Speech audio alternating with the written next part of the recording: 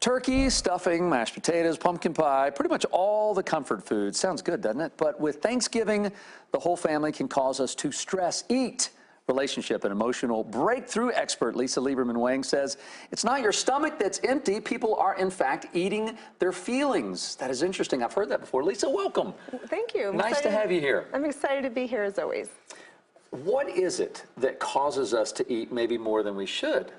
Well, when it comes to the holidays, it's our emotions. If you think of emotions as energy in motion, a lot of times when we start thinking about our family and different things that are expected of us, and we go back into a time that's familiar, the familiar is actually at a younger age when maybe there were expectations of you. Maybe your family wanted you to do this, this, or this, so you know the different family members.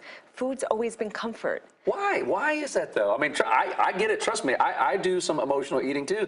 Why does it bring us so much comfort? Well, you think about it. When you were younger, you were an infant, you cried. What did you get? I got a bottle. You got a bottle. Yeah. You were fed. Food has been comfort for us for centuries, and we've continued to do that through time. And when people are really looking for food, what they're looking for is love, but they'll settle for connection, even if it's an inanimate object like food.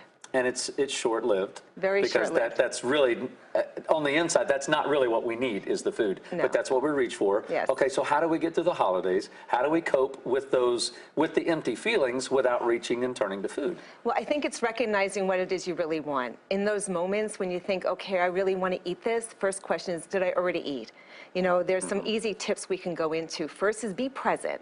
A lot of times when we're at events with family, friends, and stuff like that, our head's everywhere. We're thinking about what Uncle John did in the past, what my father just said, I can't believe Mom just did this, and all the other things, right? So what ends up happening is we're not in the present, we're in the past, or we're worried about what they're going to expect or what's going to happen in the future. So learning to be present is the first tip we can actually work in. I like the second one because for me, it's the grazing, the standing and the grazing all day, every day when it comes to the holidays. Eat only when you're seated. That's interesting. Well, think about it. When you're grazing and you're eating all this stuff, you don't even realize that you may be consuming a whole meal before you get to the meal.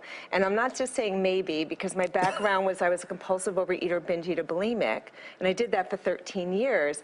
And literally, I would consume 1 to 2 meals before the meal, just in grazing. And what people don't realize is that they're trying to fill something, and they don't know what they're trying to fill, but it's easier to like kind of keep eating and put that hand to mouth than to have that conversation and be present with other people. Well, and I've even avoided sometimes the silence when you don't know what to say around certain family members, and so I'll just sit there and snack so that I don't have to talk. Correct. You know, it's interesting. One in there: carry water and drink when you think you're hungry. Right. That's a smart one. Well, here's what happens. First, most of the time when we think we're hungry, we're thirsty.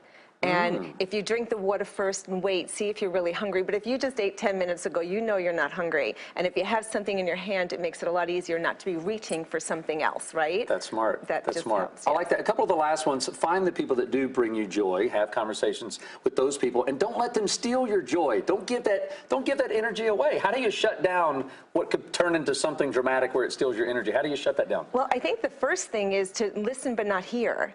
You know, it's like if they're saying it, you don't need to own it. Think about it. If someone's pointing fingers at you, 3 are pointing back at them. They're putting their own feelings on you. You don't need to own them. So if you need to put an invisible wall up, put that wall up so that you don't have to take it in. But find the people that give you joy, because there's enough other things you can do. It could be the pet.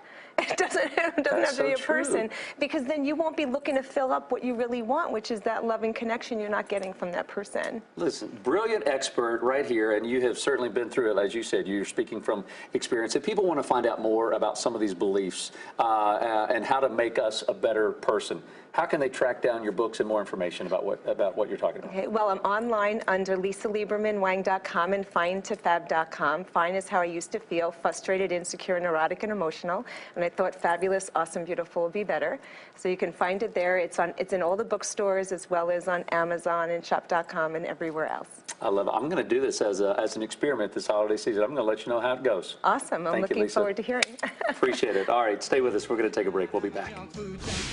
Good Lord, have pity on me.